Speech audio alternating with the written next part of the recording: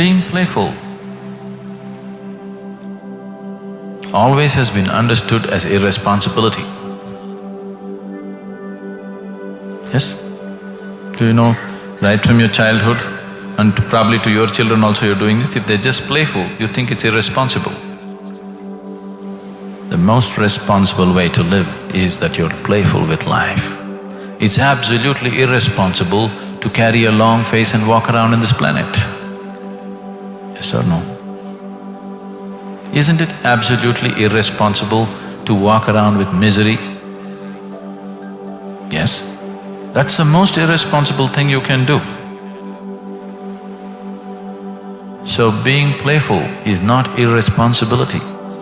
Being playful is being very responsible and responsive to life. Only when you're playful, you can do that. When you're serious, the world doesn't exist for you, you and your nonsense. Yes? When you're serious, it's just about you and your nonsense. The world and other life does not exist for you. Only when you are playful, you can pay attention to everything. You can truly respond to everything in the world, only if you're playful. Otherwise you cannot. Just the burden of it will kill you. So playfulness is not a philosophy that you have to develop. I'm going to be playful, I'm going to be playful. No. Science is telling you the whole existence is just a dance of energy.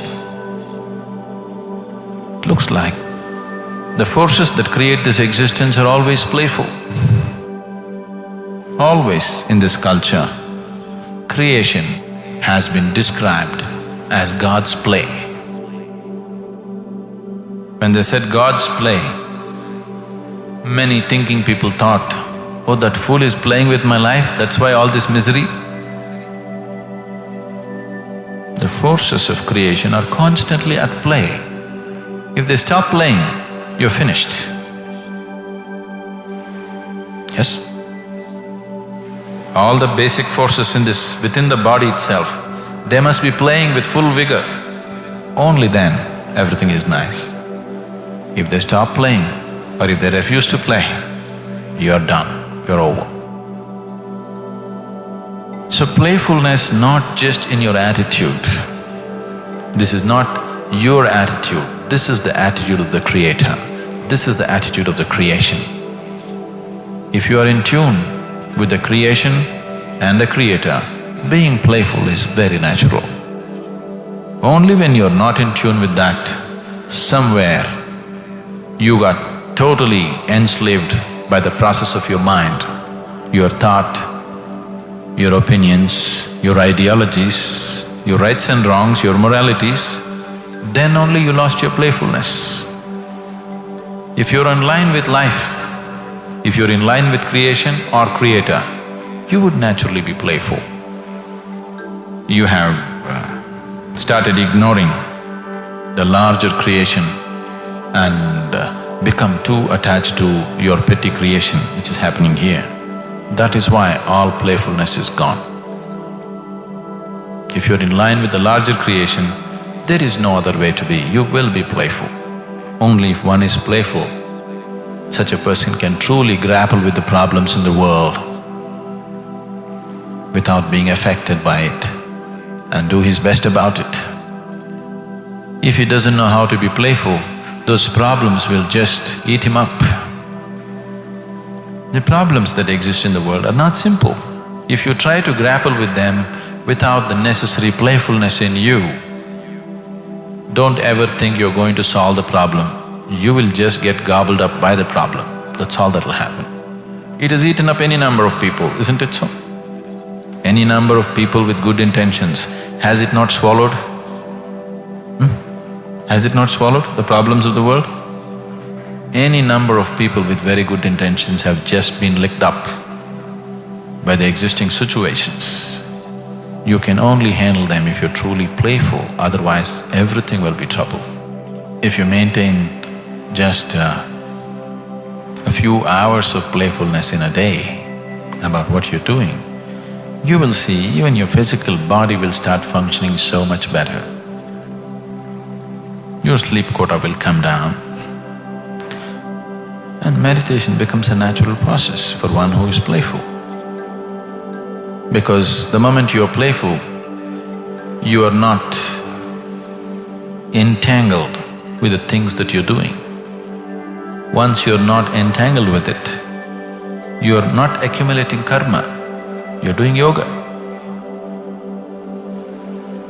The process of living is not entangling, the process of living has become liberating. So you are no more doing karma, you're doing yoga with the activity that you perform. Once you're doing yoga through the day, definitely everything should get better, isn't it? For a beginner who is not yet accomplished, the activity is necessary. And if you don't make the activity playful, activity is killing, always, no matter what is the type of activity. There are different ways of passing through a situation, Mahabharata is a tremendous statement on this, how different human beings pass through the same situations. Almost everything that Krishna is going through on a smaller scale, people around him are going through. How they go through it and how he goes through it, how different types of people go through it, the same situations. Mahabharata is a tremendous document on that, how different types of people of different levels of consciousness exist and go through the same situations. When there is some problem, you're traveling outside or you're in the office, some problem arises. If there are 10 people, how these 10 different people experience this little problem that's come up? One person will pull his hair and freak out, another person will pounce on somebody else, another person bangs his head, another person looking what he can do. Do you see this thing happening? The same given situation. So fundamentally, that's what Mahabharata is. That there are all types of people. Good people, bad people, outright evil, absolutely virtuous, various types of people. If you look at it, every kind of human being that you can find in any society, they're all there in Mahabharata, a whole range of people. Greedy ones, absolutely selfless ones, fearful ones, brave ones, valiant warriors, cowards, every kind are there. And they're all being put through a whole intense drama, and you look at each one's experience. It's very different, and the way he handles this is very different, and where he lands up in the end is very different. Through this whole drama of all the people, Krishna is going through the maximum amount of drama, but untouched. Because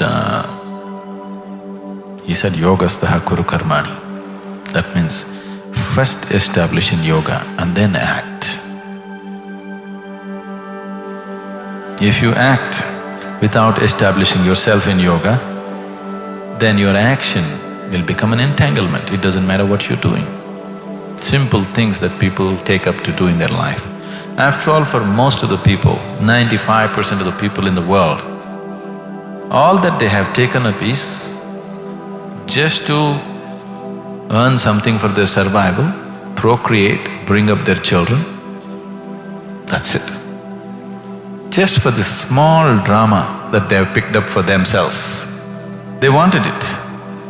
A little business or a job, a home, wife, children, husband, this is it. To manage this, where they end up, many of them end up in the insane asylums too, just doing the simple job, isn't it so? Yes. They have not taken up the problems of the world, they don't want to be dharma guptas, wanting to establish dharma in the world. No such great responsibility they have taken up.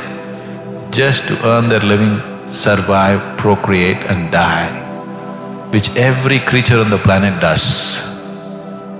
For that, see where people are ending up. How many people are ending up total nuts? How many people are halfway down there? Yes, too many people, isn't it? It is taking an unusually heavy toll. simple life process. It is not necessary this way, but unfortunately it does go that way for many people simply because there is no playfulness in their way of existence. There is no playfulness in the way they live. They're too dead serious. Now, these two things look contradictory. On one level, we're talking about intensity of passion, devotion. Another level, playfulness, that's the whole thing. If it's passion, you must burn with it. If you are half-hearted, you will not know what it is, it just tortures you, you will not know the benefit of it. You really have to burn. Otherwise, you will not know what it is at all. If you want to walk the path of devotion and you also want to save yourself, it doesn't work. The idea of devotion, the idea of choosing the path of passion is that you want to burn up everything that is you, so that only that which you're passionate about or devote about exists within you. What you call as myself is burnt up in the simple process. It is… for a thinking mind, this looks like self-destructive. But unless you're willing to burn up the limited, another possibility never arises within you. If really the other possibility has to touch you, you really have to burn